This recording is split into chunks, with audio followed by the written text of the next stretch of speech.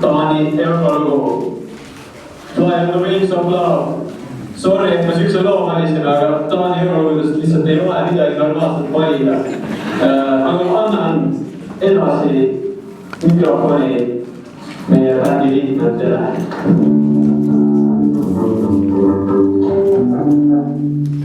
Tere, ma olen Lennart ja võin bassitarja. Meie bändi nimi on Death Metal Leo.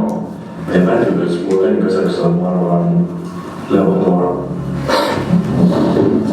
Aitäh Lennart nende ilusate sõnade eest ja järgmiseks trummi.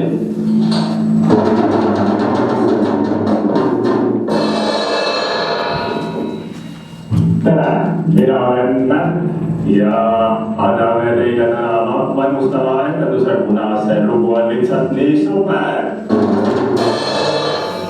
Ja see lugu on tõesti super, sest see põhineb minu elu sündmustel. Ja meil on suurepärane bänd ja me tõesti tahame, et neid armastaksite.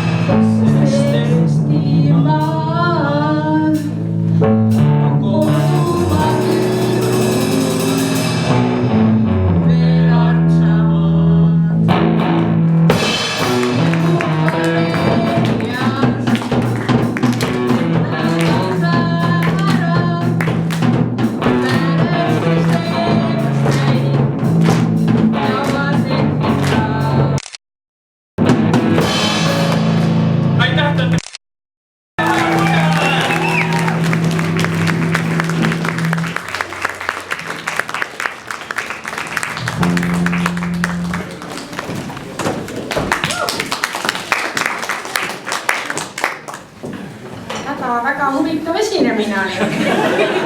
Tõepoolest, väga kaasatud. Aga nüüd annaksime sõna žürii.